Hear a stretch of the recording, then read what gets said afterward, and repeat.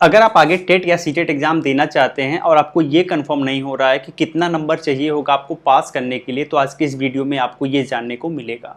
Basically जो TET exam होता है या फिर सीटेट एग्जाम होता है, दोनों 150 क्वेश्चन पूछे जाते हैं। दोनों में 150 क्वेश्चन पूछे जाते हैं। प्रत्येक क्वेश्चन, एक क्वेश्चन आपका 1 मार्क्स का होता है। इसका मतलब है कि 150 नंबर का पूरा पेपर होता है। अब अगर आप जनरल कैटेगरी में आते हैं, तो आपके लिए क्राइटेरिया अलग है पास होने की, और अगर आप ओबीसी या फिर एससी या फिर एसटी में आते हैं तो आपके लिए क्राइटेरिया अलग है। OBC, SC, ST.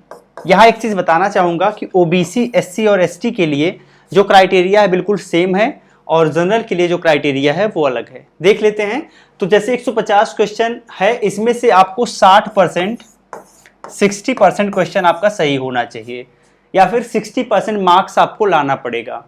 अगर 150 का 60% आप देखेंगे तो इस केस में 90 नंबर आएगा। इस केस में आपका 90 नंबर आएगा। यानी अगर आप जनरल कैंडिडेट हैं तो 90 नंबर चाहिए आपको टेट या फिर सीटेट पास होने के लिए। लेकिन अगर आप ओबीसी, एससी, एसटी में आते हैं तो आपसे मांगा जाता है अमूमन 55% मार्क्स मांगा जाता है। अगर 55% मार्क्स कैलकुलेट किया जाए तो लगभग आ जाता है आपका 82.5, लेकिन इसे राउंड फिगर में 82 ही लिया जाता है।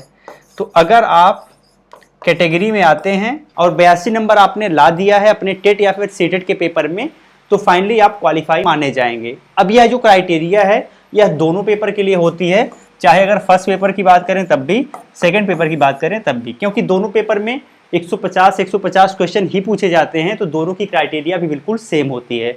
आई थिंक आपको पूरी तरह से क्लियर हो गया होगा कि टेट या सीटेट एग्जाम पास करने के लिए किस कैटेगरी के लिए कितना नंबर लाना जरूरी है। वीडियो अच्छी लगी हो लाइक एंड शेयर जरूर करिएगा।